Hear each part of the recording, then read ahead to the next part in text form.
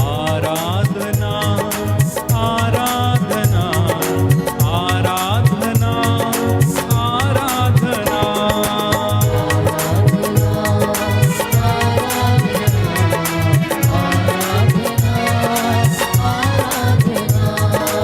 आराधना आराधना आराधना आराधना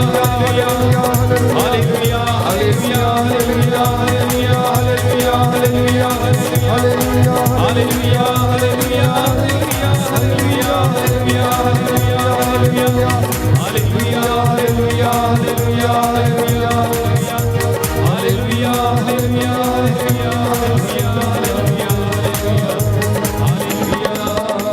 धन्यवाद यीशु, तेरी आराधना हो।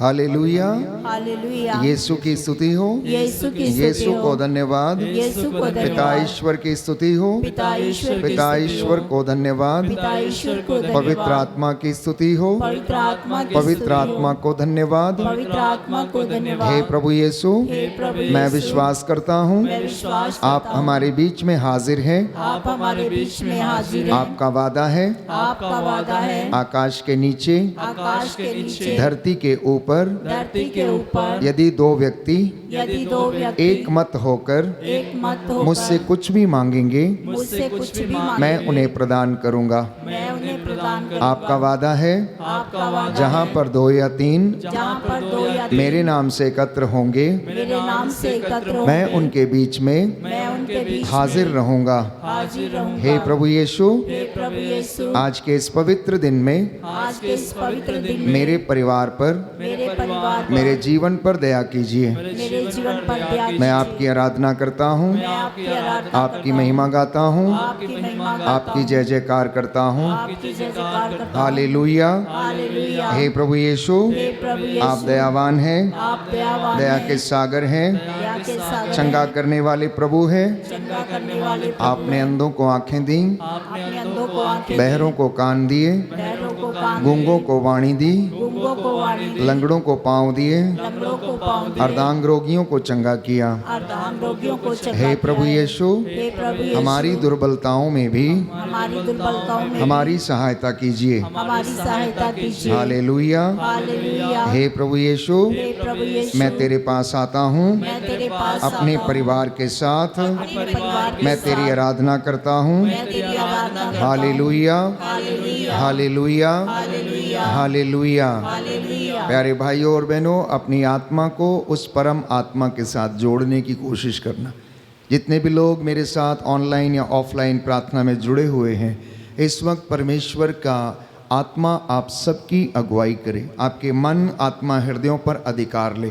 मैं अंधकार की शक्तियों पर प्रभु के वचन और उसके पवित्र लहू के द्वारा अधिकार लेता हूँ। हर एक प्रकार का बंधन आपके परिवार से, जीवन से टूटे, जिससे कि आप लोग ईश्वर की सच्चे हृदय से, सच्ची आत्मा और सच्चे मन से उसकी आराधना कर सकें। बोलिए आमीन। आमीन। हे प्रभु यीशु, हे प्रभु यीशु, मेरे होठों पर, मेरे होठों मेरी पर, जुबान पर, मेरी जुबान मेरी पर, दृष्टि पर, मेरी दृष्टि मेरी पर, श्रवण शक्ति पर मेरी श्रवण शक्ति अधिकार पर लीजिए, अधिकार लीजिए। अधिकार लीजिए। हालेलुया। हालेलुया। हे प्रभु यीशु, हे प्रभु यीशु, बोल, तेरा दास सुन रहा है। बोल, तेरा दास सुन रहा है। मैं तेरे पास आया हूँ। मैं तेरे पास आया हे हूँ। प्रभु यीशु, हे प्रभु यीशु, अपनी कृपा से अपनी कृपा से मुझे भर दीजिए। मुझे भर दीजिए। हालेलुया, हालेलुया। हालेलुया, हालेलुया। हालेलुया। हालेलुया। आइए प्रभु का निमंत्रण स्वीकार करें और उसके पास चलें। बाइबल हमें बताती है, इब्रानियों का पत्र अध्याय 4 में हम पढ़ते हैं कि आओ हम अनुग्रह के सिंहासन के पास चलें, जिससे कि हमें वहाँ से दया मिले, और ये दया हमारी आवश्यकताओं में हमारी सहायता करेगी। वो कृपा जो हम प्राप्त करेंगे हमारी दुर्बलताओं में हमारी सहायता करेगी। आज का ये दिन पवित्र है, ये हुक्म पर्व का दिन है, ये आदेश पर्व है कि तुम 7वें दिन, विश्राम के दिन प्रभु के मंदिर में एकत्र होकर उसका धन्यवाद करो। बीते सप्ताह के लिए, बीते दिन के लिए, बीती रात के लिए, एक एक चीज़ के लिए हम प्रभु को याद करें और धन्यवाद दें, और उससे कहें मैं फिर तेरे पास आया हूँ, तेरे पास आता हूँ आशीषों को लेने के लिए, परिवार की तंदुरुस्ती मांगने के लिए, धन्यवाद देने के लिए। सभी प्रकार के संरक्षण आपने मुझे दिए हैं, मैं आपको धन्यवाद देता हूँ। आइए बड़ी भक्ति के साथ इस गीत को हम गाएं, अंगीकार करें कि हम प्रभु के घर में मौजूद हैं। तेरे पास आता हूँ।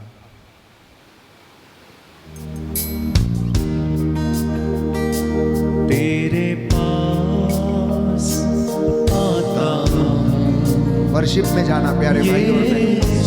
यस लॉर्ड, तेरे आमीन। तेरे पास आता हूँ यीशु, तेरे पास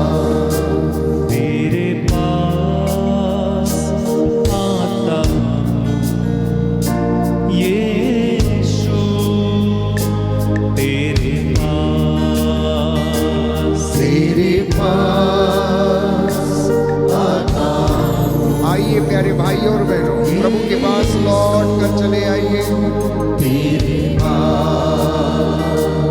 मेरा जीवन लाता यीशु तेरे पास। मेरा जीवन लाता हूँ यीशु तेरे पास। थैंक यू जी।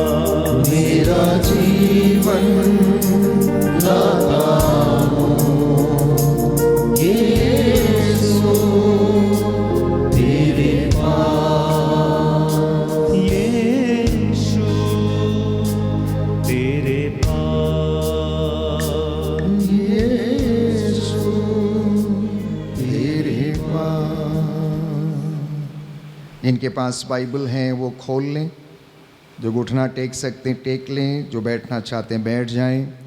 मेरे साथ इस भजन को दोहराना, अपनी प्रार्थना को इस भजन के माध्यम से प्रभु के चरणों में रखना। दाऊद नबी ने इस भजन को गाया और उसने अनुभव किया, मनुष्य क्या है जो तू उसकी सुध ले।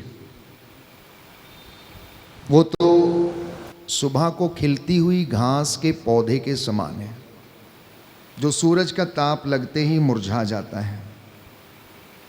इसलिए स्तोत्र संख्या 90 में हम दाऊद के द्वारा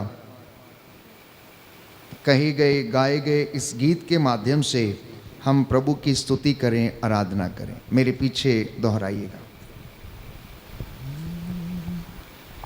प्रभु तू पीढ़ी दर पीढ़ी हमारा आश्रय बना रहा।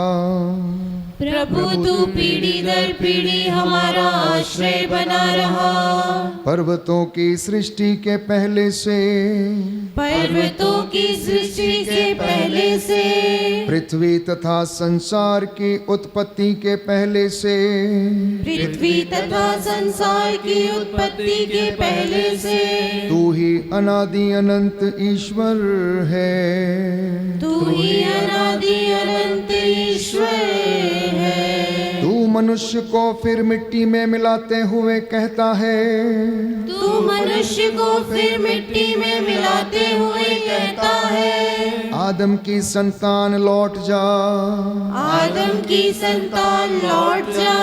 1000 वर्ष भी तुझे बीते कल की तरह लगते हैं। 1000 वर्ष भी तुझे बीते कल की तरह लगते हैं। वे तेरी गिनती में रात के पहर के सदृश हैं। वे तेरी गिनती में रात के पहर के सदृश है। तू मनुष्यों को इस तरह उठा ले जाता है, तू मनुष्यों को इस तरह उठा ले जाता है, जिस तरह सवेरा होने पर स्वप्न मिट जाता है। जिस तरह सवेरा होने पर स्वप्न मिट जाता है। जिस तरह घास प्रातः काल उगकर लहलहाती है, जिस तरह घास प्रातः काल उठकर लहलहाती है और संध्या तक मुरझाकर सूख जाती है, और संध्या तक मुरझाकर सूख जाती है। हम तेरे कोप से भस्म हो गए हैं। हम तेरे कोप से भस्म हो गए हैं। तेरे क्रोध से आतंकित हैं। तेरे क्रोध से आतंकित है। तूने हमारे दोषों को अपने सामने रखा।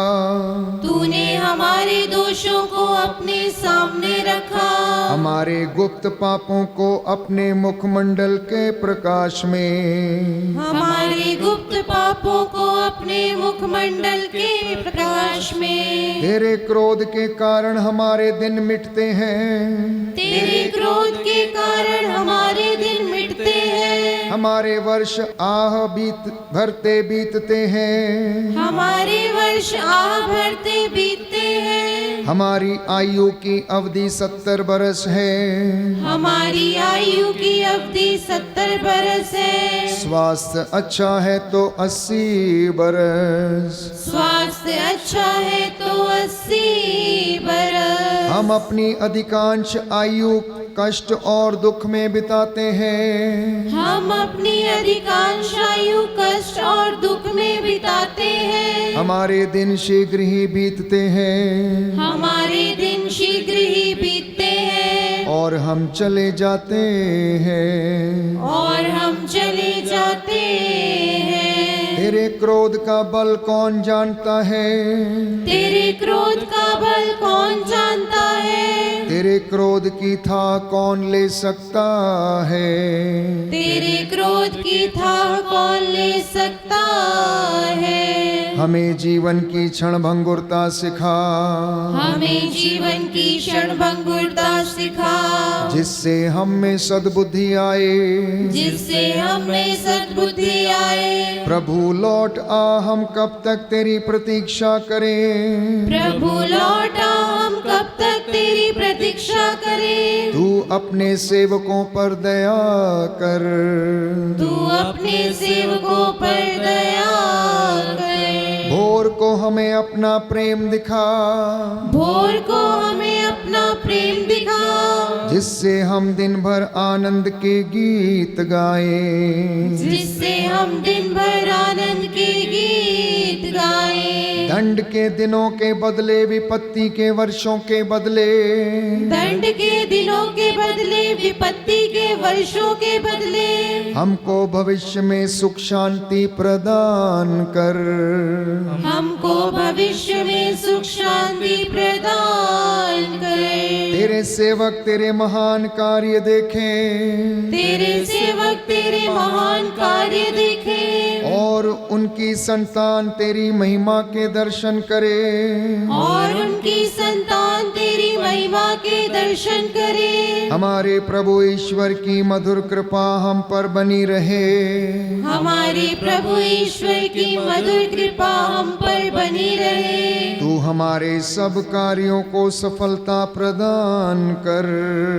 तू हमारे सब कार्यों को सफलता प्रदान कर।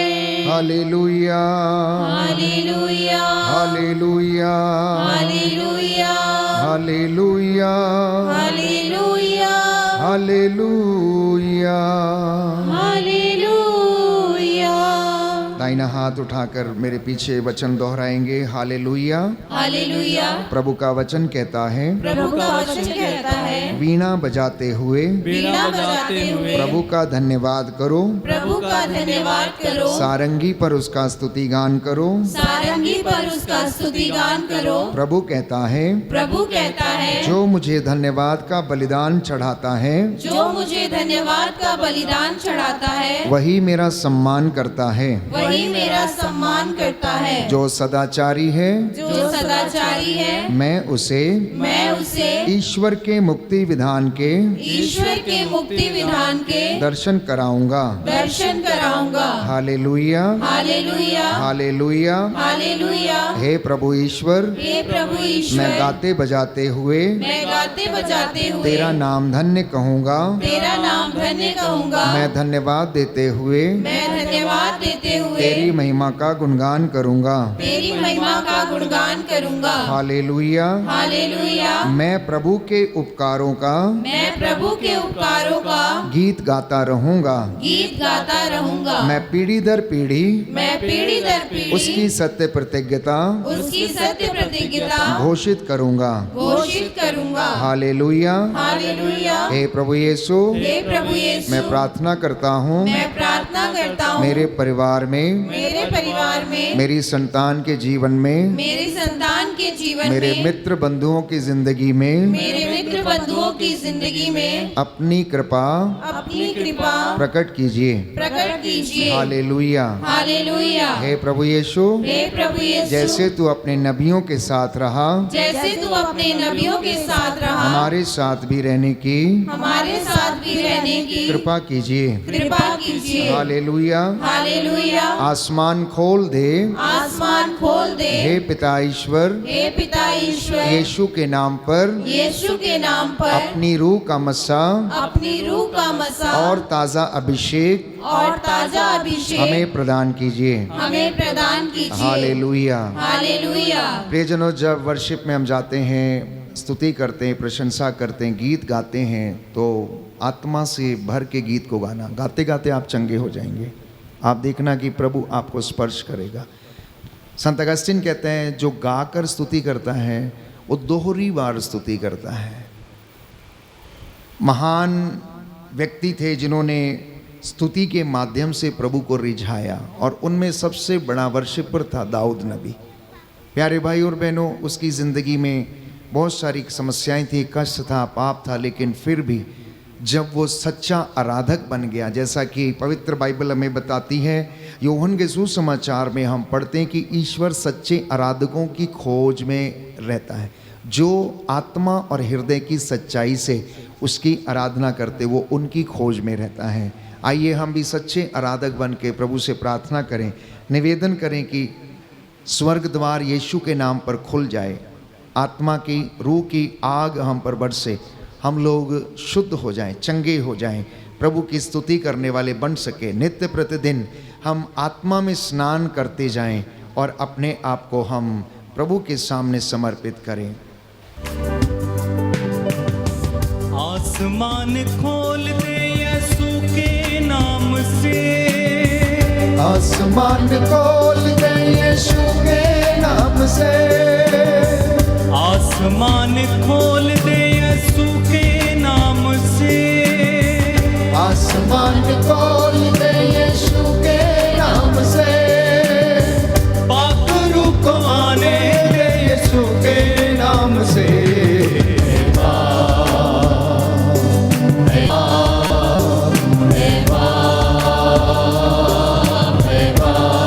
सभी लोग गाएंगे।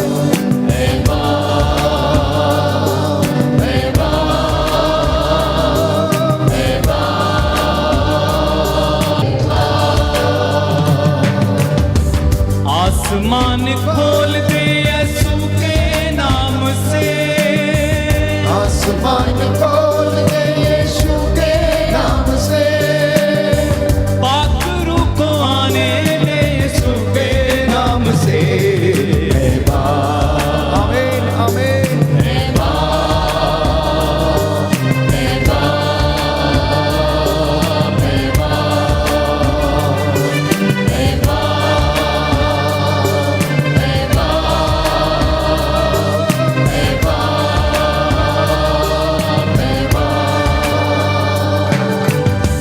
सरों को झुकाते हैं, हाथ उठाते हैं, तेरे चाहने वाले Yes, Lord. तुझको बुलाते हैं।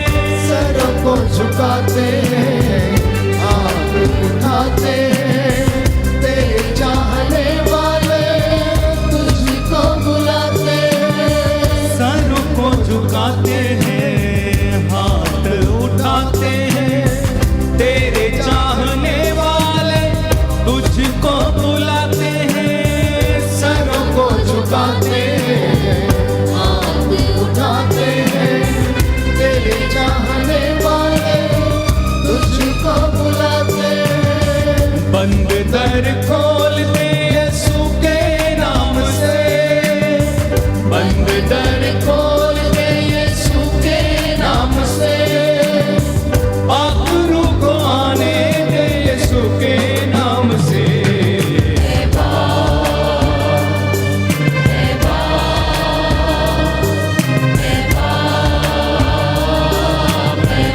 गाइए गाइए, मुंह खोल के, मुंह खोल के। जीसस समांतरों सलवार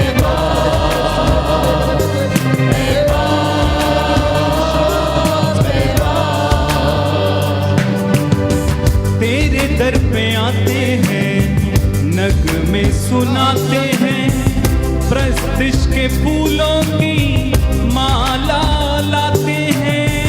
तेरे दर पे आते नगमे हैं, सुनाते हैं, नगमे सुनाते प्रस्तिश हैं, के फूलों की प्रस्तिश के फूलों की माला सजाते हैं। तेरे दर पे आते हैं, नगमे सुनाते हैं, प्रस्तिश के फूलों की माला लाते हैं।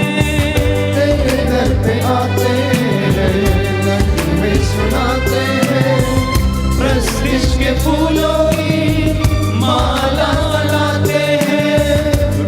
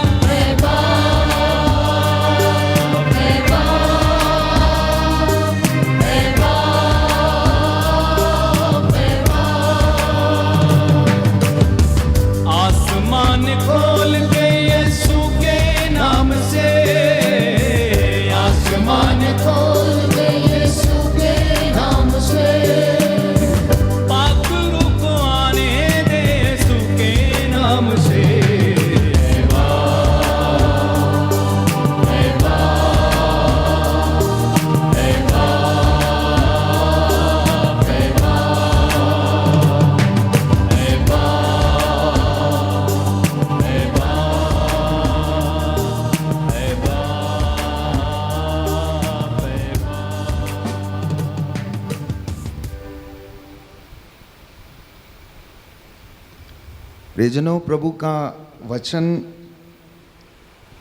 हमें बताता है कि मेरी वाणी जो चाहती है वही कर डालती है।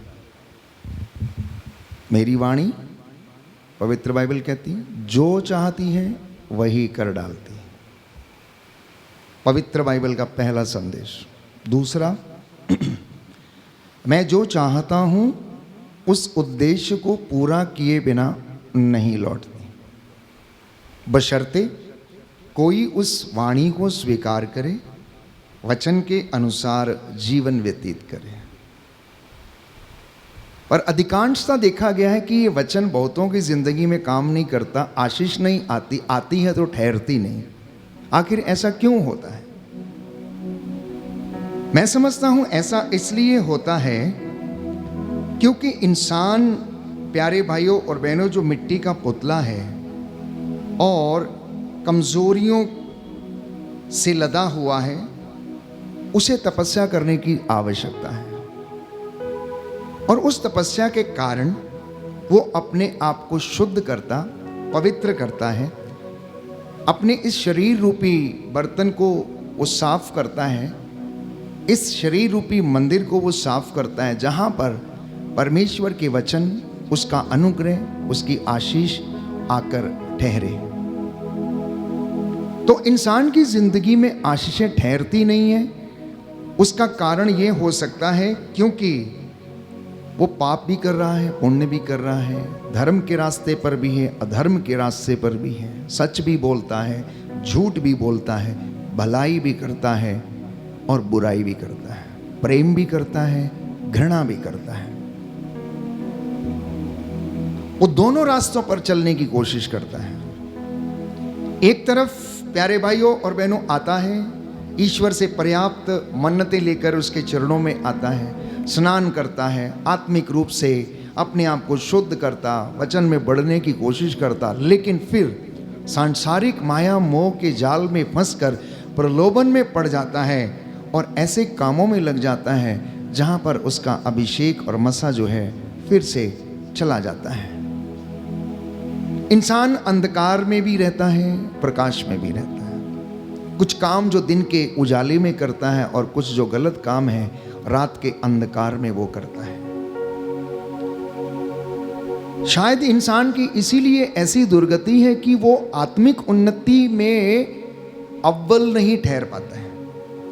निरंतर प्रयासरत तो रहता है, लेकिन जितनी आशीष उसके जीवन में ठहरनी चाहिए उसको वो महसूस नहीं कर पाता है, क्योंकि उसका पाप, उसका पुण्य और उसके कर्म उसके सामने है और वो इन दोनों को वो करता जाता है। पाप भी करता जाता है, पुण्य भी करता जाता है। एक तरफ हम पाप करते हैं और दूसरा परमेश्वर के सामने उपस्थित होने के लिए हम अपने आप को पुण्य के कर्मों के द्वारा शुद्ध करना चाहते हैं और उसकी हजूरी में आना चाहते हैं। इतना ही नहीं, हम में से कुछ लोग तीर्थ यात्रा के लिए जाते हैं, वेलंकणी जाएंगे, कृपाओं की माता गिरजाघर में जाएंगे, माथा टेकने के लिए वहाँ जाएंगे, ऐसा सोच के कि हमारे पापों का प्रायश्चित होता है, हमें पुण्य मिलेगा, हम अगर ऐसा काम करेंगे तो।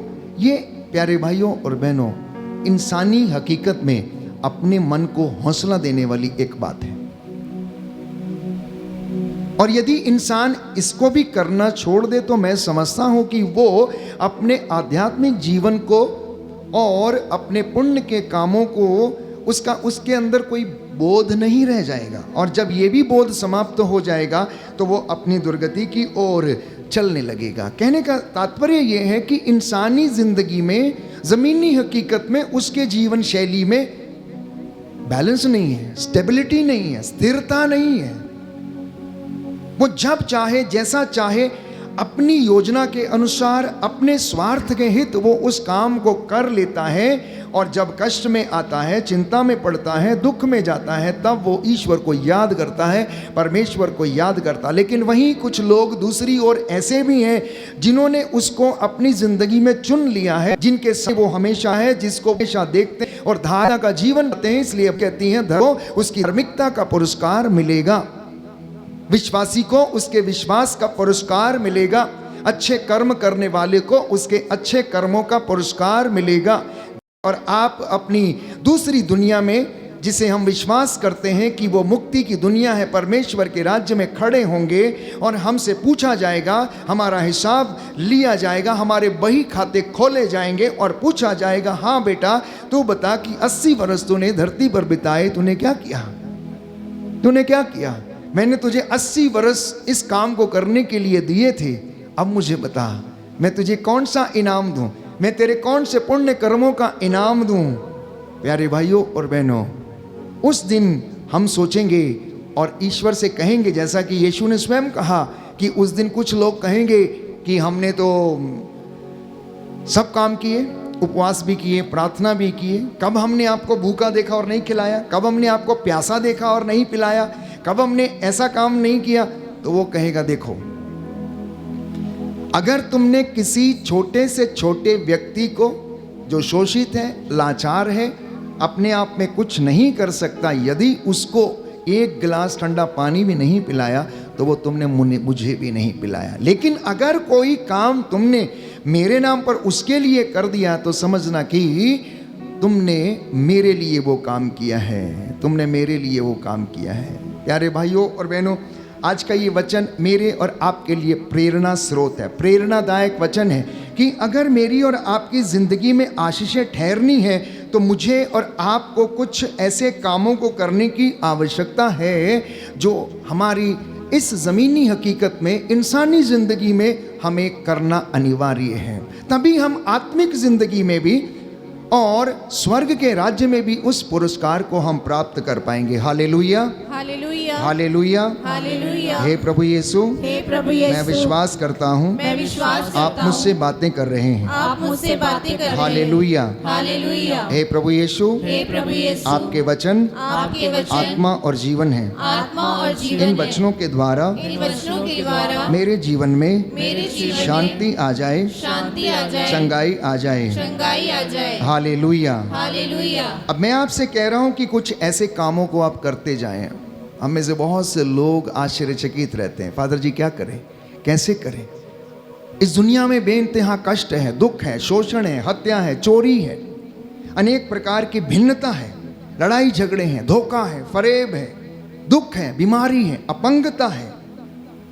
हमें ऐसा लगता है कि पूरा जमाना जो है बीमार सा पड़ा हुआ है। पृथ्वी जैसे प्रसव पीड़ा के दौरान महिला कराती है, वो करा रही है, लाखों व्यक्तियों का खून बह रहा है। धरती पुकार पुकार कर इन लोगों के लिए न्याय की पुकार कर रही है कि इन लोगों को न्याय मिले, जो निर्दोष मारे गए, जो निर्दोष जिनका रक्त बहा दिया गया है। प्यारे भाई और बहनों, धरती पुकार पुकार कर परमेश्वर को पुकारती है और इनके लिए न्याय की गुहार लगा रही है कि प्रभु इनके लिए न्याय का प्रबंध कर। जो निर्दोष मारे गए हैं, जो धोखाधड़ी, झूठ, फरेब और इस प्रकार की अनेक बातों के शिकार हो गए, तो इस ऐसी परिस्थिति में जबकि सब कुछ हमें विषम सा लगता है, प्रभु यीशु हमें हौसला देता है।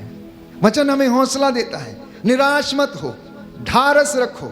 मैंने तुम्हारे आंसुओं को देखा है, मैंने अपनी प्रजा के कष्टों को देखा है। मैं जानता हूं कि शैतान शेर के समान दहाड़ते हुए विचरता फिरता है, ढूंढता रहता है कि किसको खाए, लेकिन मैंने तुम्हारे लिए प्रार्थना किया है। पेतरुस से कहा, पेतरुस मेरी बात ध्यान से सुनो, शैतान को तुम्हें गेहूं की तरह फटकने का अधिकार मिला है। यदि पेतरुस को, प्यारे भाइयों और बहनों, जो यीशु की संगति में रहता था, उसे अगर शैतान को गेहूं की तरह फटकने का अधिकार मिला, तो आप जो और मैं साधारण मनुष्य हैं, पेतरुस के जैसे, क्या हम बच पाएंगे? यीशु कहता, लेकिन मैंने तेरे लिए प्रार्थना की है, मैंने तेरे लिए प्रार्थना किया है, और जब तू सही रास्ते पर आएगा तब मेरी प्रजा की अगुवाई करना, तब मेरे बच्चों को संभालना, तब मेरी प्रजा को संभालना, उनके आगे चलना, उनका अगुवा बनना। अभी तेरे लिए इतना पर्याप्त है कि मैंने तेरे लिए प्रार्थना की है कि तेरी जिंदगी में तुझे कृपा मिलती रहे, साहस मिलती रहे। यही बात पौलुस से भी कही। पौलुस जो पहले साउल था, अत्याचार करता था, मारता था, लोगों को लताड़ता था, अत्याचार उनके ऊपर करता था, तलवार के घाट उतारता था। जब यीशु के साथ एनकाउंटर हो गया, प्यारे भाइयों और बहनों, तो उसका जीवन बदल गया, उसकी सोच बदल गई, उसके विचार बदल गए, उसकी जीवन शैली बदल गई। वो शास्त्री था, बहुत बड़ा ज्ञानी था, संहिता का उसे पूरा ज्ञान था और वो अच्छी तरह से एक एक बात को जानता, लेकिन समझता नहीं था। वो समझता नहीं था। एक दिन पर प्रभु यीशु ने उसे दर्शन दिया। जब वो दमिश्क के रास्ते पर जा रहा था तो उसे औंधे मुंह होकर गिरा दिया। एक बिजली चमकी प्यारे भाइयों और बहनों, उसके आसपास में बिजली चमकी, उसकी आंखों की रोशनी चली गई और वो अंधा सा हो गया। बाइबल कहती है एक आवाज सुनाई दी, साउल साउल तू मुझे क्यों सताता है? प्रभु आप कौन है? बोले मैं ईसा नाजरी हूं, जिसको तू सता रहा, जिस पर तू अत्याचार करता है। और वो कुछ देख नहीं पाया। उसने कहा उठ और जहां मैं तुझे बताता हूं तू जा, अनानियस के घर में जा, वहां तुझे बताया जाएगा कि तुझे क्या करना है। क्या आपको पता है क्या करना है?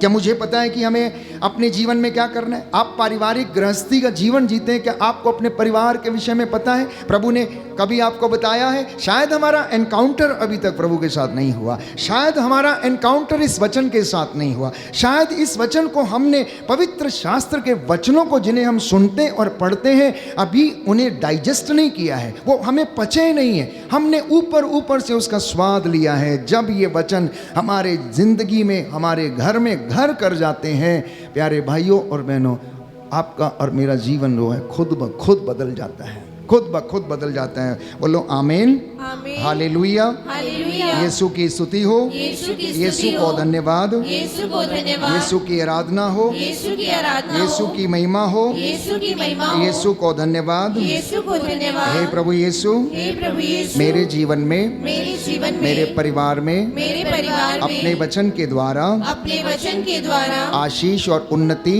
आशीष और उन्नति प्रदान कीजिए। प्रदान कीजिए। आमीन। आमीन। तो मैंने कहा पहली बात, आशीषें नहीं ठहरती क्योंकि हम दो रास्तों पे चलते हैं, पाप पुण्य, प्रेम घृणा, भलाई बुराई, अंधकार में प्रकाश में, और दोनों रास्तों पे हम चलते हैं। आशीष आती है लेकिन ठहरती नहीं, क्योंकि हम दूसरी ओर बुराई में फंस जाते हैं। दूसरा कारण जो आशीष हमारी जिंदगी में नहीं ठहरती और प्रभु हमें देना चाहता, विश्वास की कमी। याद कीजिए बेथानिया में जब यीशु गया, लाजर के घर में गया, क्योंकि लाजर जवान था और किसी घर में अगर जवान बेटा मर जाए तो उस घर के लोगों की हालत कैसी होगी। उसकी दो बहनें थी, मार्था और मरियम, बेचारी बहुत दुखी हो गई, बहुत दुखी हो गई। यीशु अक्सर उनके घर में आया जाया करता था, वचन सुनाया करता था और उनसे स्वाभाविक है कि वो उनसे बातें किया करता था, उनको ढारस देता था। लेकिन फिर भी मार्था जो थी कमज़ोर पड़ गई, विश्वास में कमज़ोर पड़ गई और कहने लगी, गुरुवर यदि आप यहाँ होते तो मेरा बेटा नहीं मरता। तो यीशु ने जवाब क्या दिया, मार्था क्या मैंने तुझसे नहीं कहा कि अगर मुझ में विश्वास करेगी तो तू ईश्वर की महिमा देखेगी? तूने उसे कहाँ रखा है? बोले कोई फायदा ही नहीं। बोले क्यों फायदा क्यों नहीं? क्या तू मुझ में विश्वास नहीं करती? चल मुझे लेके चल, मुझे दिखा के रखा कहाँ है। क्योंकि वो उसका मित्र था, वो उसे प्यार करता था, बेहद प्यार करता था।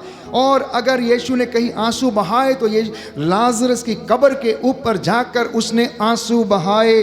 और मार्था कहती है अब तो प्रभु 4 दिन हो गए, अब तो दुर्गंध आती होगी, अब क्या फ़ायदा है, अब वहाँ चलने से क्या फ़ायदा, आपने बहुत देर कर दी, पहले आए होते तो बच जाता, पहले आए होते तो बच जाता। क्योंकि मैं जानती हूँ, लेकिन मैं जानती हूँ अब भी अगर आप जो कुछ भी पिता से मांगोगे वो तुम्हें ना नहीं करेगा, बल्कि वो तुम्हें प्रदान करेगा। और उसको लेकर जाती है सामने कब्र में, जहाँ पर लाजरस को रखा हुआ था। बड़ा भारी पत्थर उसकी कब्र के सामने रखा हुआ था। प्यारे भाइयों और बहनों, यीशु कुछ क्षण के लिए वहाँ पर खड़े रहते हैं, प्रार्थना करते हैं। लोग वहाँ पर एकत्र होते हैं क्योंकि ईश्वर की महिमा दिखाने का समय आ गया था। शास्त्री थे, फरीसी थे, उसकी आलोचना करने वाले थे और कुछ एक जो चमत्कार देखने के लिए वहाँ एकत्र हुए थे, वहाँ पर थे। यीशु को मौका मिला, यीशु ने आवाज़ लगाई, लाजर लाजर बाहर आ, और लाजर बाहर आ गया। लोगों से कहा पत्थर हटाओ, लोगों ने पत्थर हटा दिया।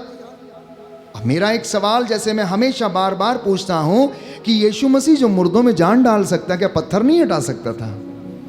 क्या पत्थर नहीं हटा सकता था? अगर वो आदेश देता पत्थर हट जा तो हट जाता, लेकिन वो चाहता था कि आप करें। वो चाहता था कि आप भी कुछ सैक्रिफाइस करें। वो चाहता था कि आपकी आंखों से भी पर्दा हटे। वो चाहता था कि अविश्वास का पर्दा जो आपकी ज़िंदगी में है, बुराई का पर्दा जो आपकी ज़िंदगी में, जिसने आपके पूरे व्यक्तित्व को ढका हुआ, आध्यात्मिक जीवन को ढका हुआ, वो अलग हो। इसलिए वहाँ पर एक संदेश दिया यीशु मसीह ने, मार्था मार्था, तुझे अपने अविश्वास का पर्दा हटाने की आवश्यकता है, मुझ में विश्वास करने की आवश्यकता है, ईश्वर में विश्वास करने की आवश्यकता है। जब यीशु ने जवाब दिया, प्यारे भाइयों और बहनों, लाजर बाहर आया। अब और एक विचित्र बात थी, मुर्दा चल के बाहर आ गया, लेकिन वो रिलैक्स नहीं था, क्योंकि उसके शरीर पर बहुत सी पट्टियां जो है, कॉफिन जिसे हम कहते हैं, वो लपेटा हुआ था। अब प्रभु चाहते तो कॉफिन भी हट सकता था, ये नहीं हट सकता था। लोगों से कहा इसकी पट्टियां खोलो, बोले। लोगों से कहा इसको आजाद करो, ये पट्टियों से बंधा हुआ है।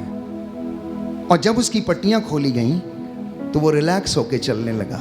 पवित्र वचन बाइबल में हमें बताता है, प्यारे भाइयों और बहनों, परमेश्वर ने अपने नबियों से कहा, मेरी प्रजा को सुसमाचार सुनाओ, मेरी प्रजा के सामने से अंधकार दूर करो, मेरी प्रजा को उनके पापों को पढ़ कर सुनाओ, मेरी प्रजा का मार्गदर्शन करो, मेरी प्रजा के लिए प्रायश्चित करो, मेरी प्रजा के लिए प्रार्थना करो। ए याजको, वेदी के सामने घुटना टेको, हाथों को उठाओ, चिल्लाओ, आंसू बहाओ, क्योंकि मेरी प्रजा बिन चरवाहे के समान, भटकी हुई भेड़ों के समान हो गई है। जाओ और इन्हें एकत्र करो, इन्हें वचन सुनाओ और इनसे कहो कि स्वर्ग का राज्य निकट आ गया है, पश्चाताप करो, सुसमाचार में विश्वास करो। प्यारे भाइयों और बहनों, ये वचन इंसानी जीवन में पट्टियों को खोलने का प्रतीक है।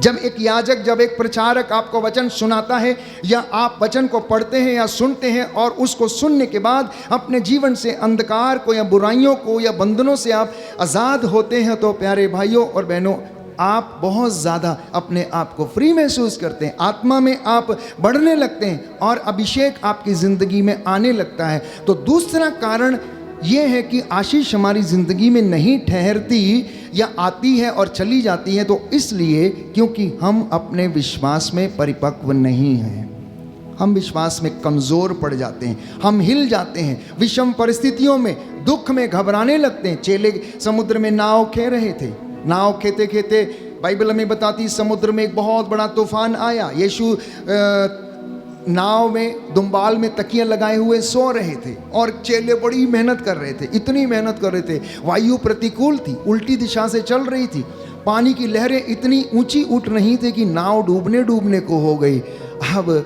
यीशु उनके पास है, दिन रात मुर्दों को जिंदा करता, लंगड़ों को चलाता, मफलूसों को बहाल करता, अंधों को आंखें देता, बहरों को कान देता। इसके बावजूद वो विश्वास नहीं कर पाए, और तो उनके विश्वास की परीक्षा ले रहे थे। यीशु तो उनके विश्वास की परीक्षा ले रहे थे। चेले दौड़ के उनके साथ गए, आप यहाँ सो रहे, हम यहाँ डूब रहे हैं। हम में से बहुतों की इसी तरीके से भाव होते हैं, प्रभु आप कहाँ हैं? हमारा सब कुछ उजड़ गया, हमारी फसल उजड़ गई, हमारा जवान बेटा मारा गया, दुर्घटनाग्रस्त हो गई, हम क्या करें? फादर जी, हम चर्च नहीं जाएंगे, हम प्रार्थना नहीं करेंगे, हमें क्या मिला है?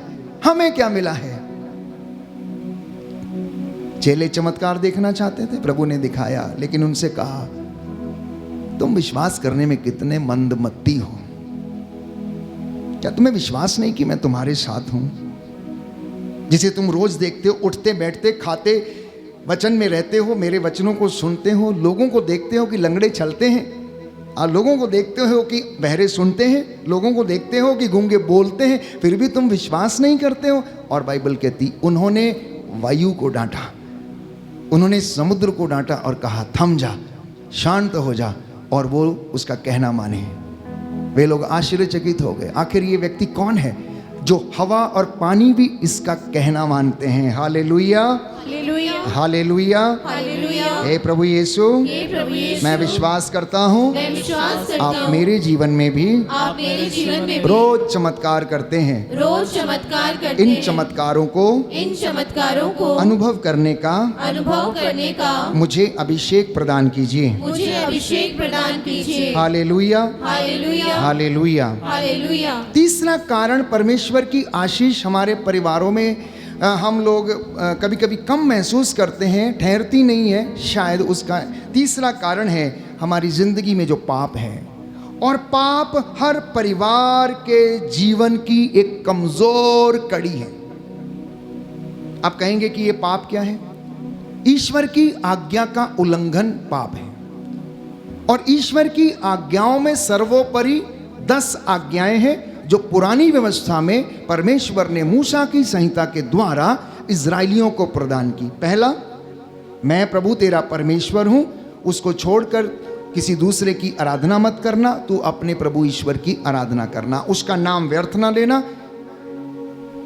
और बल्कि उसके आदेशों का पालन करना, प्रभु का दिन पवित्र रखना, माता पिता का आदर करना, चोरी ना करना, झूठी गवाही ना देना, व्यभिचार ना करना,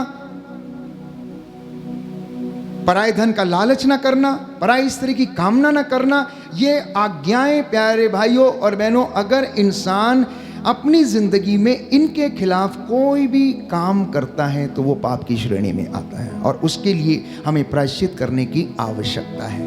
काम जो मैं और आप करते हैं, पुण्य के काम जो करते हैं प्रियजनों, वो हमें तसल्ली देता है कि हम शुद्ध हो गए हैं और हम साफ हो गए। लेकिन जब हम परमेश्वर के सामने आकर घुटना टेक कर आत्मा और हृदय की सच्चाई से माफ़ी मांगते हैं, उपवास और प्रार्थना के द्वारा हम प्रभु को समर्पित होकर अपने पूरे खानदानी पापों और पापों के लिए प्रायश्चित करते हैं, तो वो स्वीकार्य होता है।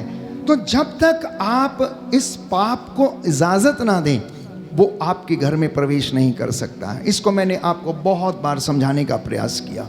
अगर हेवा शैतान को इजाज़त ना देती कि वो उसके घर में आए या अदन वाटिका में आए, तो शायद वो पाप कभी नहीं होता जो हेवा ने कर लिया। हेवा ने उसके साथ बातें की, कॉन्वर्सेशन किया, बुराई से बात किया। शैतान जो पाप का मूल कारण है, जो सरदार है, उससे बात किया और उसने अपने प्रलोभन में उसको फंसाया और प्यारे भाइयों और बहनों, वो उसमें डूब गई और हेवा ने वो फल खा लिया, ईश्वर की आज्ञा का उल्लंघन कर दिया। क्योंकि ईश्वर ने कहा था सारे पेड़ों के फल खा सकते हो, तुम इस पेड़ का फल नहीं खाओगे, क्योंकि ये जीवन का वृक्ष है, ये जीवन अमृत्यु का वृक्ष है। प्यारे भाइयों और बहनों, इसी संदर्भ मैंने कई मर्तबा ये भी पूछा, कई लोगों को लगता है कि शैतान ने आकर फल खिलाया। शैतान ने तो उसे बहकाया और क्या बोला उसको, देखो तुम मरोगे नहीं, प्रभु जानता है तुम नहीं मरोगे, बल्कि तुम उसके जैसे हो जाओगे।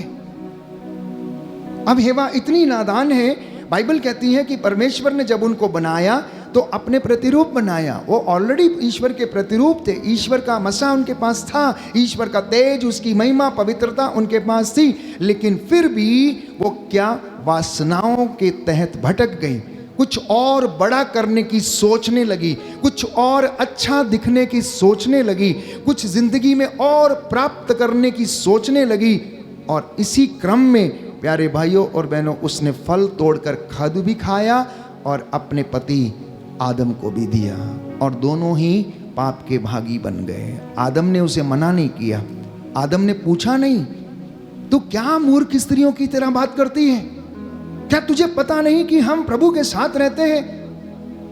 आदम भी मैं समझता हूं कि उतना ही गुनाहगार था जितनी हेवा, क्योंकि उसने अपनी पत्नी का साथ दिया, उसने फल तोड़कर खाया, उसको भी खिलाया और उसके पति ने एक भी सवाल नहीं पूछा कि तेरा विश्वास कहाँ, क्या तेरा ज़मीर इतना मरा हुआ है, क्या तू वचन को नहीं जानती, क्या तू परमेश्वर को नहीं जानती, क्या तू उसकी महिमा को नहीं देखती जो रोज़ हमें दिखाता है। शायद ये बातचीत उनमें होती तो वो दोनों बच जाते, लेकिन बच नहीं पाए। हर पाप प्यारे भाइयों और बहनों शैतान को निमंत्रण देता है, बच्चों की ज़िंदगी में, परिवारों की ज़िंदगी में, दंपतियों की ज़िंदगी में, किसी भी व्यक्ति की ज़िंदगी में जो कि भलाई के काम कर रहा है या सेवा में है या कहीं पर, अगर वो प्रलोभन में पड़ता है तो वो पाप को निमंत्रण अपनी ज़िंदगी में देता है। इसलिए हमें सावधान रहने की आवश्यकता है। अगर हम अपना बुरा जीवन नहीं छोड़ते, अपने जीवन को नहीं बदलते, तो हमारी ज़िंदगी में आशीष कभी भी नहीं ठहरेगी। हालेलुया, हालेलुया, हालेलुया। हालेलुया। यीशु की स्तुति हो, यीशु की स्तुति हो, यीशु को धन्यवाद, यीशु को धन्यवाद, यीशु की आराधना हो, यीशु की आराधना यीशु हो, की महिमा हो, यीशु की महिमा यीशु हो, को धन्यवाद। यीशु को धन्यवाद। एक सुंदर गीत है, हम गाते हैं, नाजरत के राजा तेरी महिमा हमें दिखा जा। हम भी प्रभु से कहें कि जैसे बेथानिया में तूने अपनी महिमा दिखाई थी, हमारे इस घर में भी, हमारी इस पल्ली में भी, हमारे इस गांव में, शहर में अपनी महिमा दिखा और हमसे बातें कर। हे नाजरत के राजा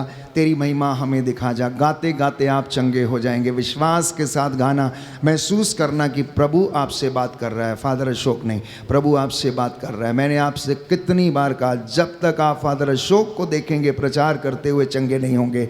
जिस दिन आप प्रभु यीशु को स्वयं उनके रूप में देख लेंगे और कि ये वचन प्रभु यीशु अपने पवित्र होंठों के द्वारा आपसे बात कर रहा है, तो आपकी ज़िंदगी में उसी दौरान, उसी क्षण चंगाई आ जाएगी। इस गीत को हम गाएंगे प्रभु की महिमा के लिए।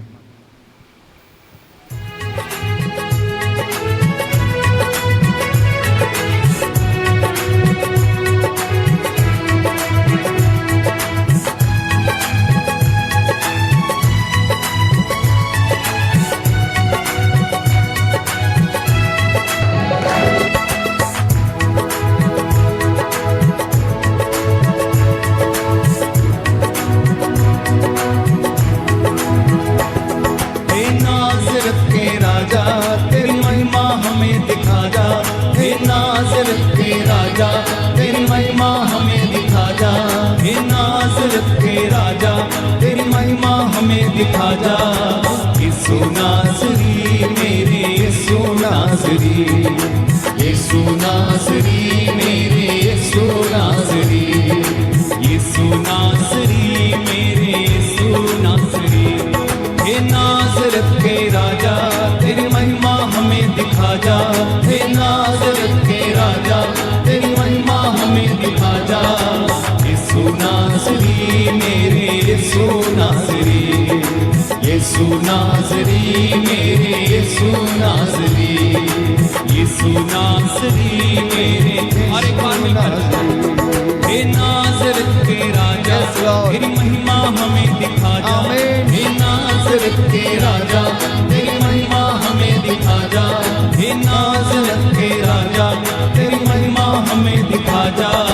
यीशु नासरी, मेरे यीशु नासरी, यीशु नासरी, मेरे यीशु नासरी, यीशु नासरी, मेरे यीशु नासरी। तेरे भवन में मैं आया हूँ, आशीष चाहता हूँ। कोई कुव्वत मुझ में नहीं है, फिर भी आया हूँ। तेरे भवन में मैं आया हूँ, आशीष चाहता हूँ। कोई कुव्वत मुझ में नहीं है, फिर भी आया हूँ। यीशु नासरी, मेरे यीशु नासरी, यीशु नासरी, मेरे यीशु नासरी। हे नासरत के राजा तेरी महिमा हमें दिखा जा। हे नासरत के राजा तेरी महिमा हमें दिखा जा। यीशु नासरी, मेरे यीशु नासरी, यीशु नासरी, मेरे यीशु नासरी। हे नासरत के राजा तेरी महिमा हमें दिखा जा। हे नासरत के राजा तेरी महिमा हमें दिखा जा। यीशु नासरी, मेरे यीशु नासरी, यीशु नासरी, मेरे यीशु नासरी, यीशु नासरी, मेरे यीशु। जलती झाड़ी में मूसा को दर्शन तूने दिया। वृद्धावस्था में मूसा से अद्भुत काम लिया। जलती झाड़ी में मूसा को दर्शन तूने दिया। वृद्धावस्था में मूसा से अद्भुत काम लिया। जलती झाड़ी में मूसा को दर्शन तूने दिया। वृद्धावस्था में मूसा से अद्भुत काम लिया। यीशु नासरी, मेरे यीशु नासरी, यीशु नासरी, मेरे यीशु नासरी, हे नाज़रत के राजा तेरी महिमा हमें दिखा जा, हे नाज़रत के राजा तेरी महिमा हमें दिखा जा। यीशु नासरी मेरे यीशु नासरी, यीशु नासरी मेरे, बार बार हमारे पास, हे नाज़रत के राजा तेरी महिमा हमें दिखा जा, हे नाज़रत के राजा तेरी महिमा हमें दिखा जा। यीशु नासरी मेरे यीशु नासरी, यीशु नासरी मेरे और इस दुनिया में तू आया था मुझे बचाने को, चुना है तूने मुझको अपनी रूह से भरने को। इस दुनिया में तू आया था मुझे बचाने को, चुना है तूने मुझको अपनी रूह से भरने को। इस दुनिया में तू आया था मुझे बचाने को, चुना है तूने मुझको अपनी रूह से भरने को। यीशु नासरी मेरे यीशु नासरी, यीशु नासरी मेरे यीशु नासरी, हे नाज़रत के राजा तेरी महिमा हमें दिखा जा, हे नाज़रत के राजा तेरी महिमा हमारे खाजा, हे नाज़रत के राजा तेरी महिमा हमें दिखा जा। यीशु नासरी मेरे यीशु नासरी, यीशु नासरी मेरे यीशु नासरी, यीशु नासरी मेरे। प्रियजनों, इंसान 4 तरीके का जीवन जीता है, ध्यान से सुनना अभी। पहला पारिवारिक जीवन, दूसरा सामाजिक जीवन, तीसरा धार्मिक जीवन और चौथा व्यक्तिगत जीवन। ये 4 प्रकार के जीवन हैं जिसमें हम रोजमर्रा की जिंदगी में टहलते फिरते हैं। पारिवारिक जीवन जिसे सब लोग देख सकते हैं, आपके मम्मी पापा भाई बहन बच्चे, आप किसी से बच नहीं सकते, सब कुछ उनके सामने है। सामाजिक जीवन, आप समाज में हैं, आजकल सोशल मीडिया के माध्यम से आप सोशल प्लेटफॉर्म से हैं, वहाँ पर भी आप नहीं बच सकते, कोई भी आपको देख सकता है, आपको सुन सकता है, सब चीज़ें। धार्मिक जीवन, आप मंदिर में आते हैं, चर्च में आते हैं, जाते हैं, किस तरीके से इबादत करते हैं, माथा टेकते हैं, आप चढ़ावे चढ़ाते हैं, क्या दान पुण्य करते हैं, सब कुछ दिखता है। परंतु एक चौथे प्रकार का जीवन है जो व्यक्तिगत है, उसे केवल 2 लोग देखते हैं, एक परमेश्वर और दूसरा उसका एडवर्सरी, उसका शत्रु शैतान। आपके व्यक्तिगत जीवन पर, आपके व्यक्तिगत विचारों पर, आपकी व्यक्तिगत भावनाओं पर, प्यारे भाइयों और बहनों, इन 2 लोगों की नजर रहती है। बाकी ना तो आपका मित्र जानता है आप क्या सोच रहे हो, क्या कर रहे हो, क्या करोगे नहीं करोगे, ना आपके बच्चे, ना आपकी पत्नी, कोई नहीं जानता। रात के अंधेरे में आप क्या कर रहे हो, अकेले आप क्या कर रहे हो, जब आप व्यक्तिगत जीवन में अकेले हो आप उसमें कैसे अपने जीवन को व्यतीत करते हो, कौन सी आपकी सीक्रेट लाइफ है, इसको प्यारे भाइयों और बहनों केवल आप जानते हैं, या परमेश्वर जानता है, या शैतान जानता है। इसलिए आप उस सीक्रेट लाइफ को लॉक करके रखते हैं अपने मन में, विचारों में और अपने गैजेट्स में जो आपके पास रहते हैं। अगर वो सबके साथ साझा करने वाली चीज हो तो मैं समझता हूं लॉक करने की आवश्यकता नहीं है। इसलिए प्यारे भाइयों और बहनों, अय्यूब के ग्रंथ में चलते हैं तो हमें पता लगेगा कि जब इब्लीस स्वर्ग में हो रही सभा में स्वर्गदूतों के बीच जाकर बैठ गया तो परमेश्वर ने क्या कहा, तू पृथ्वी का चक्कर लगा के आ रहा है, यही तो तू कह रहा है, पर तेरी नजर मेरे दास पर नहीं पड़ी, तेरी नजर मेरे दास अय्यूब पर नहीं पड़ी। उसने क्या कहा, उसने कहा तेरा हाथ जो उसके ऊपर है, मेरी नजर उसके ऊपर कैसे पड़ सकती। अब देखिए, अय्यूब धरती के ऊपर, परमेश्वर स्वर्ग में है, अय्यूब को वो देख रहा है कि अय्यूब के जैसा कोई नहीं है, वो कितनी धार्मिकता के साथ जीवन जीता है, कितना उसका जीवन अच्छा है, और वो शैतान से कह रहा है कि तू चक्कर लगा के आया, अच्छा तो मेरे दास पर तेरी नजर नहीं पड़ी क्या, कहता तेरा हाथ उसके ऊपर है, मेरी नज़र उसके ऊपर कैसे पड़ सकती? तू अपना हाथ हटा और फिर देख के कि मैं उसके साथ क्या करता हूँ। परमेश्वर ने कहा, जैसे दो कोच होते हैं, उनका खिलाड़ी होता है, उसी तरीके से परमेश्वर को भी पता था कि अय्यूब बड़ा ईमान में बड़ा पक्का है, बड़ा विश्वासी है, दृढ़ विश्वास से परिपूर्ण है, वो कुछ भी ऐसा काम नहीं करता। परमेश्वर ने शैतान से कहा ठीक है उसके साथ कुछ भी करना, लेकिन उसकी जान पर हाथ नहीं डालना तुम। और बाइबल कहती है इब्लीस उसकी ज़िंदगी में आया, सब कुछ तहस नहस कर डाला, सब कुछ उसका लुटा दिया, उसके गाय बैल भेड़ बकरियां ऊंट, उसकी गधियां, उसके सैनिक, यहाँ तक कि उसके बच्चे भी मौत के घाट उसने उतार दिए। और उसकी पत्नी आकर उससे कहने लगी अब तो दुआ प्रार्थना बंद कर दो, अब कुछ होने वाला नहीं, सब कुछ लुट गया है। लेकिन अय्यूब ने आखिरी क्षणों में भी यही कहा, क्या मूर्ख स्त्रियों की तरह बात करती है, परमेश्वर ने दिया था, परमेश्वर ने ले लिया। नंगा माता के गर्भ से आया था, नंगा वापस जाना है, जो उसका था उसने ले लिया, हमारा इसमें है ही कुछ भी नहीं है।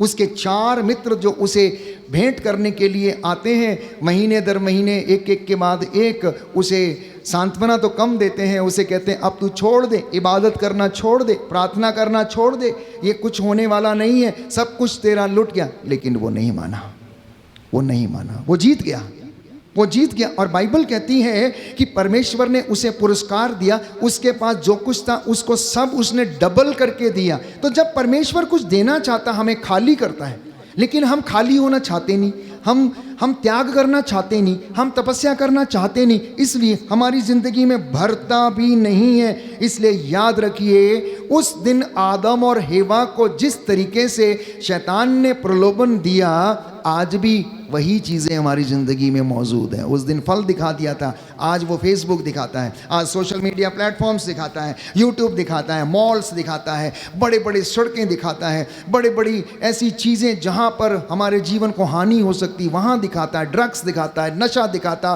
कैबरे दिखाता, रेव पार्टीज दिखाता है प्यारे भाइयों और बहनों।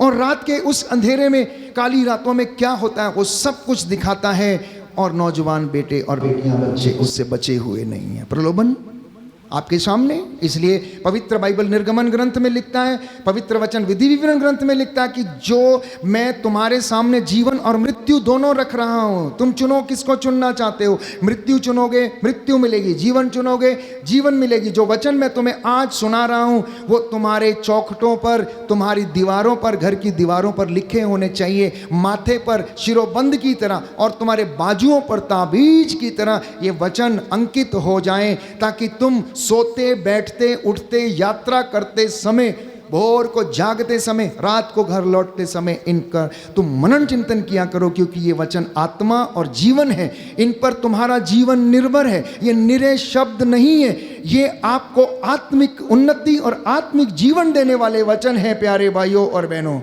आपके शरीर को ताकत क्या देता है? केवल रोटी आपके शरीर को ताकत देती है और उससे जो विटामिन्स आपको मिलते हैं, लेकिन आपके पूरे तन मन बदन और आपके ज़मीर को जो ताकत देता है वो आपकी सोच, आपके विचार, आपकी भावनाएं और वो पवित्र वचन, उसकी कृपा, उसका अनुग्रह, उन वचनों के द्वारा जो हमारी ज़िंदगी में बहता है प्यारे भाइयों और बहनों, वो हमें मिलता है। आखिरी शब्दों में मैं आपके साथ कुछ वचन साझा करना चाहता हूँ कि अगर हम अपने आप को अपने जीवन में अपने सारे कामों को प्रायोरिटाइज करें, प्रभु के वचनों को प्रथम स्थान दें अपने घर में, तो बाकी की चीज़ें बैलेंस हो सकती हैं।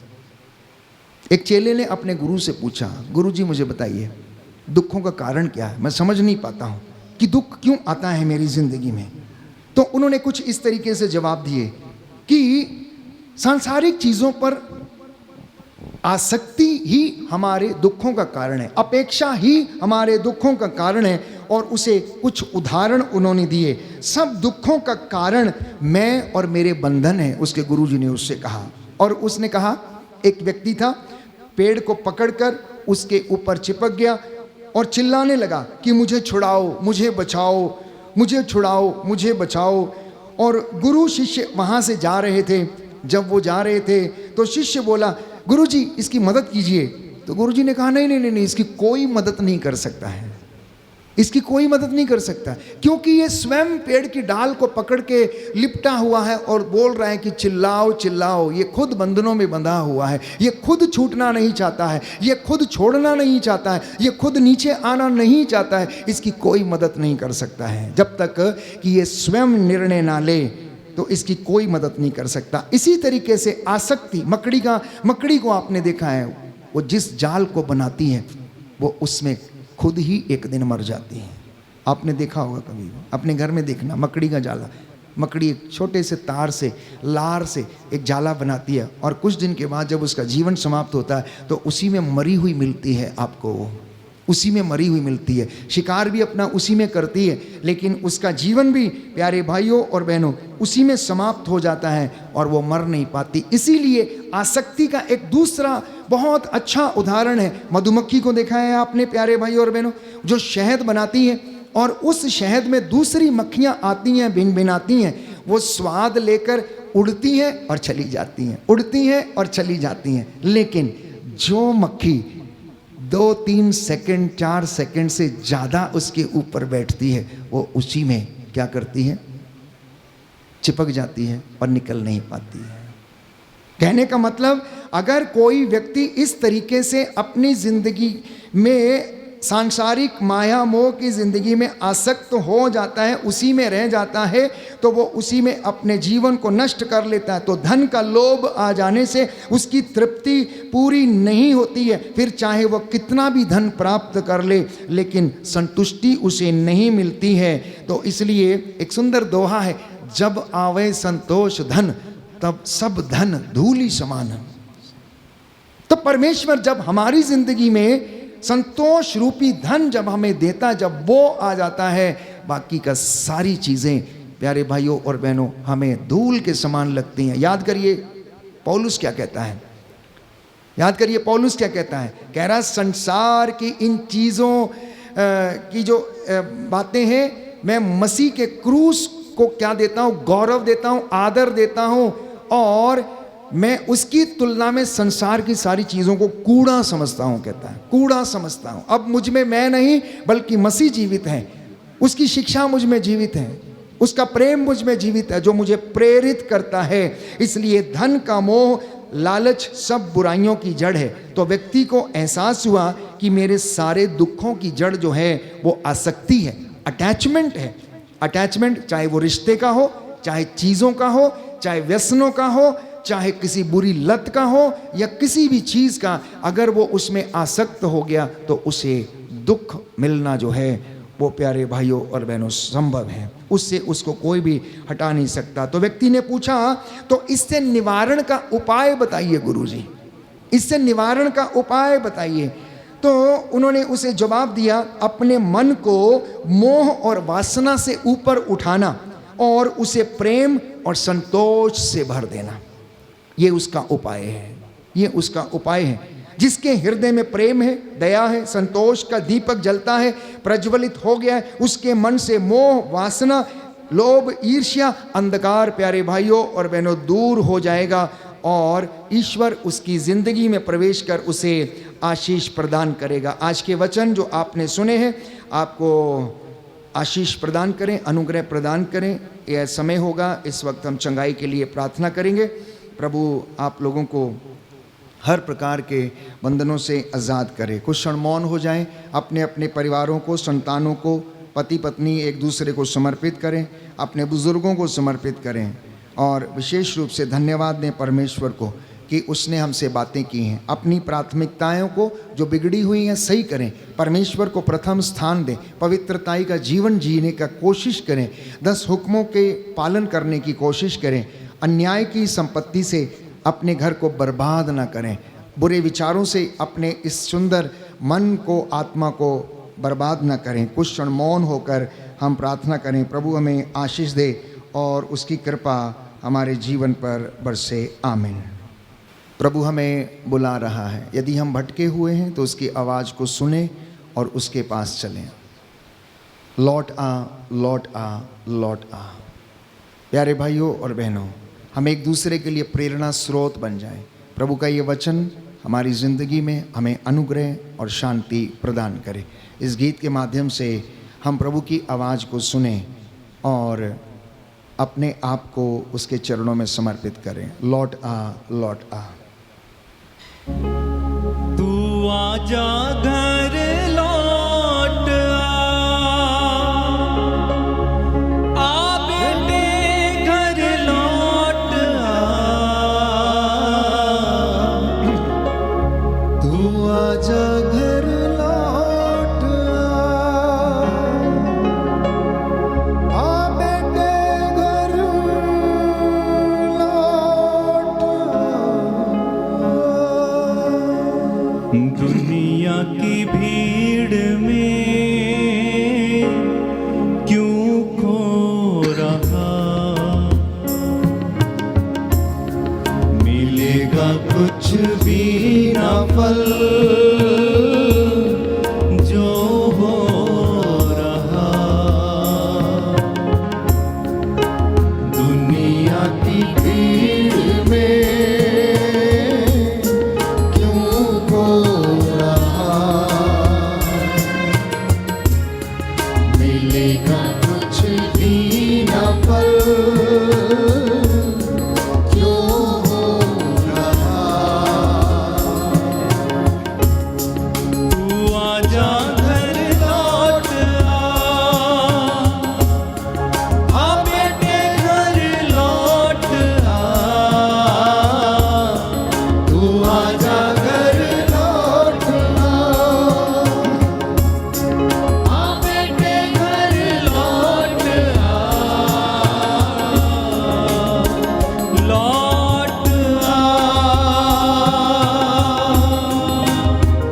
लौट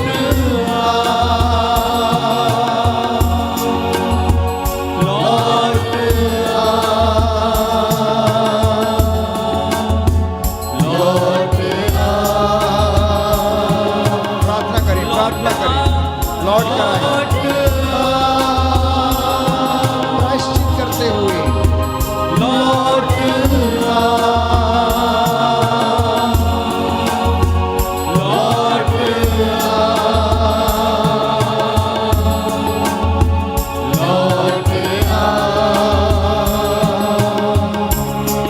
मैं ढूंढूं उस भीड़ को जो खो गई, गुनाहों की जेल में बंद हो गई। मैं ढूंढूं उस भेड़ को जो खो गई, जो खो गई, गुनाहों की जेल में बंद हो गई। तू आजा घर लौट आ बेटे घर लौट तू आजा घर लौट आ बेटे घर लौट लौट Yes, Lord. Thank you, Jesus. प्रार्थना करते जाएं, लौट अपने खोए हुए बेटे के लिए,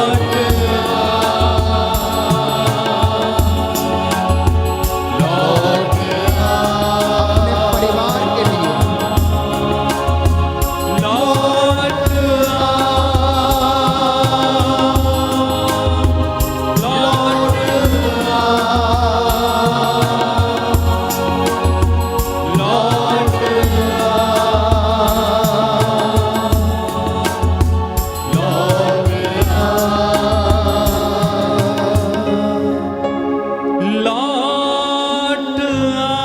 धन्यवाद यीशु, तेरी आराधना हो स्तुति। Yes, Lord. Thank you, Jesus. प्रार्थना करें, प्रार्थना करें, करते जाएं प्यारे भाइयों और बहनों। लौट आ, अपनी पुरानी जिंदगी से तौबा कीजिए, बुराई की जिंदगी से तौबा कीजिए, गलत कामों की जिंदगी से तौबा कीजिए, अंधकार की बातों से तौबा कीजिए, अनेक प्रकार के जो व्यसन हैं उनसे तौबा कीजिए। अपने परिवार को आज़ाद करना, यीशु से कहना मेरे परिवार को पूर्वजों से चली आई निरर्थक जीवनचर्या के बंधनों से प्रभु आज़ाद कर, आज़ाद कर। मैंने तेरा वचन सुना है, हे प्रभु मैं इस वचन पर विश्वास करता हूँ, तेरा वचन मेरे बंधनों को खोल दे। जैसे तूने लाजर के बंधन खोल दिए, हालांकि वो जीवित था लेकिन चलने फिरने में असमर्थ था। प्रभु कई बार मेरी ज़िंदगी में भी मैं जीवित तो हूँ लेकिन चल फिर नहीं पाता हूँ, आज़ादी महसूस नहीं कर पाता हूँ। प्रभु दया कर, दया कर, दया कर। दोनों हाथों को उठाकर स्तुति करेंगे। हालेलुया, हालेलुया, हालेलुया, हालेलुया, हालेलुया, हालेलुया, हालेलुया। धन्यवाद यीशु, तेरी आराधना और स्तुति हो, जय जयकार हो। अपने इन बच्चों को स्पर्श कर, मसा कर, तेरी रूह का ताज़ा अभिषेक इनके ऊपर उतरे। हे प्रभु यीशु, जो बीमार हैं, रोगी हैं, उनको चंगाई प्रदान कर। Hallelujah, hallelujah. बंधन टूटे। Yes Lord, I claim the deliverance and healing in the name of Jesus. तेरे लहू की आग उतरे, जो चल फिर नहीं सकते हैं प्रभु यीशु उन पर तेरा अनुग्रह उतरे। जो मृत्यु शैया पर हैं, रोग शैया पर पड़े हुए, उनको हिम्मत और सांत्वना दे। हालेलुया, हालेलुया, हालेलुया, हालेलुया, हालेलुया, हालेलुया, हालेलुया। स्वर्गदूतों का बाड़ा हमारे घर के चारों ओर लगने पाए। यीशु तेरा लहू तेरे इन बच्चों के ऊपर छिड़क देते हैं। तेरा पाक सामर्थी स्वर्गदूत इनकी अगुवाई करे। डर खौफ खतरे शैतानी ताकतों बदरूहों के लश्करों से इन्हें बचाए। हालेलुया। इनके परिवार में प्रभु, इनके घर, इनकी चौखटों, इनके बिछौनों को, इनकी आटा गूंदने की परात को आशीष प्रदान कर। इनके कामकाज को, इनकी मेहनत मजदूरी को, दफ्तरों को, इनकी नौकरी पेशे में आशीष प्रदान कर। हालेलुया, हालेलुया, हालेलुया, हालेलुया, हालेलुया, हालेलुया, हालेलुया। बंधन टूटे यीशु, तेरे नाम से बंधन टूट जाए। हमारे परिवार से हर प्रकार के मन मुटाव, ईर्ष्या, द्वेष, घृणा की गंदी दुष्ट आत्माएं जल के राख हो जाएं। हालेलुया, हालेलुया, हालेलुया, हालेलुया, हालेलुया, हालेलुया, हालेलुया, हालेलुया। बोलो प्रभु यीशु मसीह के नाम की जय। बोलो प्रभु यीशु मसीह के नाम की जय। बोलो प्रभु यीशु मसीह के नाम की जय। पवित्र परम प्रसाद की आराधना हो, स्तुति हो, महिमा हो सदा सर्वदा। पवित्र परम प्रसाद की आराधना हो, स्तुति हो, महिमा हो सदा सर्वदा। पवित्र परम प्रसाद की आराधना हो, स्तुति हो, महिमा हो सदा सर्वदा, सदा सर्वदा।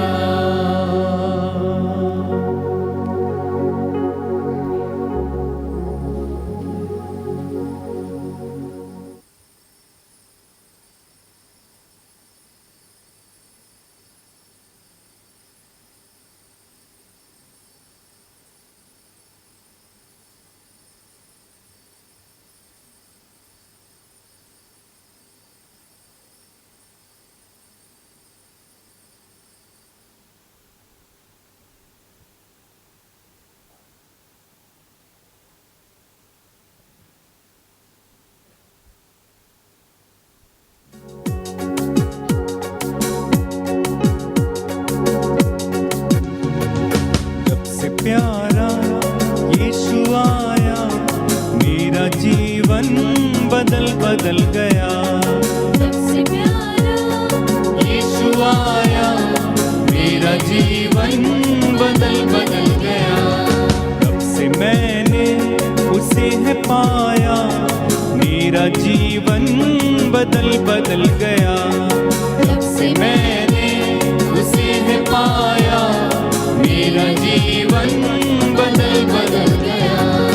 इस जहां की गंदगी से मुझे छुड़ाया जान देकर, इस जहां की गंदगी से मुझे छुड़ाया जान देकर।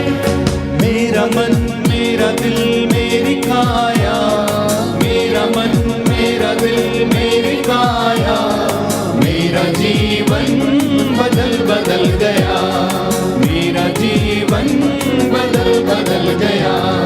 जब से प्यारा यीशु आया, मेरा जीवन बदल बदल गया। जब से मैंने उसे हटाया, मेरा जीवन बदल बदल गया। सबको जय यीशु की। प्रभु आपको आशीष दे और उसका अनुग्रह, उसकी शांति आपके परिवारों में सदा सर्वदा बनी रहे। आज का ये वचन आपके उद्धार के लिए है, आपकी चंगाई के लिए और आपके अभिषेक के लिए। इस लिंक को आप मित्रों के साथ अवश्य साझा करें, ताकि दूर दराज में जो कोई भी प्रभु के वचन को सुने, प्रभु उनके जीवन में उनको शांति, अनुग्रह, उन्नति, सफलता प्रदान करे। God bless you. प्रभु की आशीष में बने रहें।